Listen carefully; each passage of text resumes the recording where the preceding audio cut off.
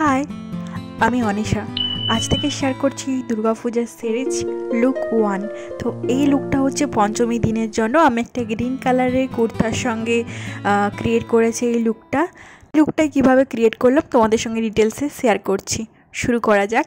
তো প্রথমেই আমি এখানে ফেস ওয়াশ করে নিয়েছি, দেন তারপরে আমি এখানে ময়শ্চারাইজার ইউজ করছি। যেহেতু আমার স্কিনটা অয়েলি, তার জন্য একটা জেল বেস ভালো ময়শ্চারাইজার ইউজ করছি।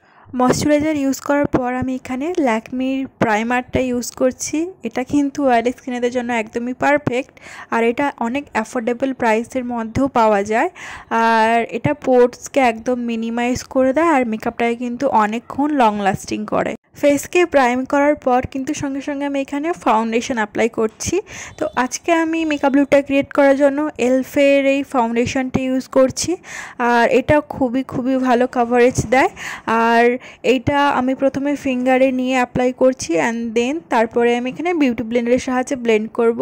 তো তোমরা চাইলে ব্রাশের সাহায্যেও ব্লেন্ড করে নিতে পারো। আর এই সেটটা আমার স্কিন টোনের সঙ্গে একদম ম্যাচ করে যায়। মানে প্রথমে মনে হয় যে না অনেক বেশি লাইট, বাট এটার অ্যাপ্লাই করার পর তারপরে যখন আমরা কন্ট্যুর, ব্লাশ এবং অন্যান্য যখন মেকআপ প্রোডাক্টগুলো ইউজ করব তখন একদম স্কিনের সঙ্গে ম্যাচ হয়ে যায়। তো তোমরাও কিন্তু সবসময় খেয়াল রাখবে আমাদের স্কিন টোনের থেকে 1 সেট বা 2 সেট লাইট ফাউন্ডেশন কেনার চেষ্টা করবে। তো ফাউন্ডেশন অ্যাপ্লাই করার পর আমি এখানে আইব্রোটা করে নিচ্ছি। আইব্রোর জন্য আমি এখানে সুইস বিউটির আইব্রো পেন্সিলটা নিয়েছি, কারণ এইটা না অনেকটাই সরু, যাতে আইব্রোটা খুব ইজিলিভাবে ক্রিয়েট হয়ে যায় আর খুব সুন্দর লাগে দেখতে। আইব্রোটাকে ঠিক করার জন্য আমি এখানে ইনসাইড কসমেটিকের এই কনসিলারটা ইউজ করেছি। এটা কিন্তু একদম হাই কভারেজ দেয়। আর এই কনসিলারটার প্রবলেম হচ্ছে এটা অ্যাপ্লাই করার সঙ্গে সঙ্গেই ব্লেন্ড করে দিতে হবে, নাহলে এটা শুকিয়ে গেলেই কিন্তু একদমই ব্লেন্ড হতে চায় না। কনসিলার পর আমি এখানে কন্ট্যুরটা করে নিব। কনসিলার আর কন্ট্যুর স্টিকটাও কিন্তু খুবই অ্যাফোর্ডেবল প্রাইসের মধ্যে তোমরা পেয়ে যাবে। তো কন্ট্যুর ইউজুয়ালি আমাদের ফেসেরটাকে একটু শেপে বা স্লিম করার জন্য কিন্তু আমরা ব্যবহার করে থাকি, বা অনেকে ফেসটাকে একটু মোটা দেখানোর জন্য কন্ট্যুর ব্যবহার করে থাকে। তো কন্ট্যুর কিন্তু অনেকভাবে ব্যবহার করা যায়, মানে কন্ট্যুর ইউজ করার টেকনিক অনুযায়ী ফেসটাকে দেখায় সেরকম।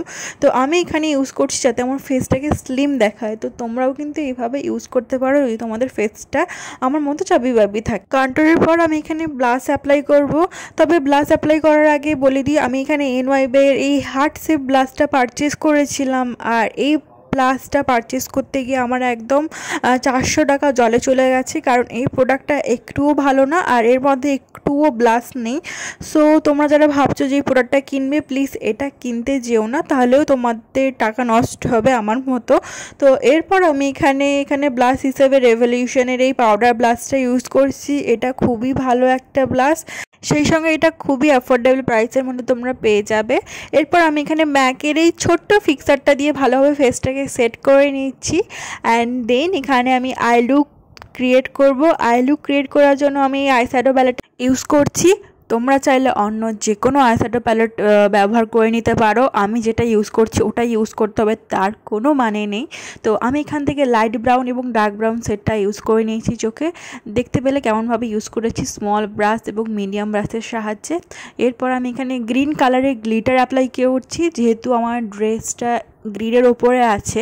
নেক্সট সুইস বিউটির এই 2-in-1 আইলাইনার অ্যাপ্লিকেটারটার সাহায্যে প্রথমে আমি উইং ক্রিয়েট করে নিয়েছি, আর তারপর এটাকে যোগ করে নিচ্ছি। এটা দিয়ে খুব সহজেই কিন্তু তোমরাও উইং ক্রিয়েট করে নিতে পারবে।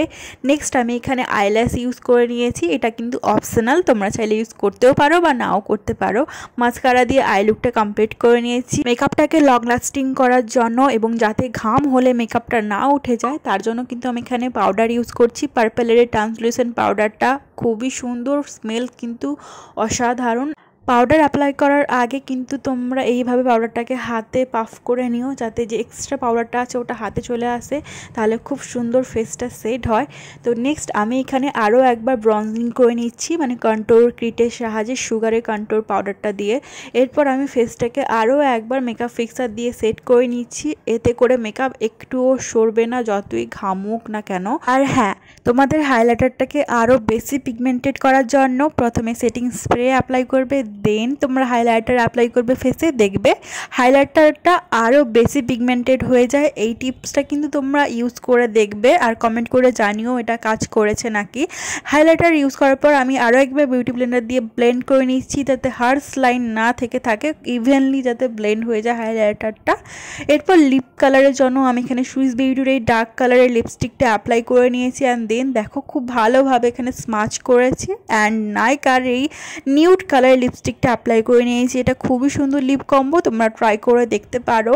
আর এই দেখো আমার লুক প্রায় শেষের দিকে, আর এখানে আমি একটা বড় ঝুমকো পরছি এই লুকটার সঙ্গে। এই ঝুমকোটা কিন্তু মেশো থেকে পারচেস করা আর সঙ্গে ড্রেসটা কিন্তু অ্যামাজন থেকে পারচেস করা। আর এখানে আমি ইনসাইড কসমেটিকের এই লিপ গ্লসটা দিয়েছি, তোমরা চাইলে ইউজ করতেও পারো নাও করতে পারো। আর এই লুকটা কিন্তু একদমই রেডি। তোমাদের এই লুকটা কেমন লাগলো কমেন্ট করে জানিও। একদমই ষষ্ঠী দিনের জন্য পারফেক্ট একটা লুক। আর এই চুড়িগুলো কিন্তু হ্যান্ডমেড, তোমরা কিন্তু ভিডিও দেখে নিও, অলরেডি আপলোড হয়ে গেছে।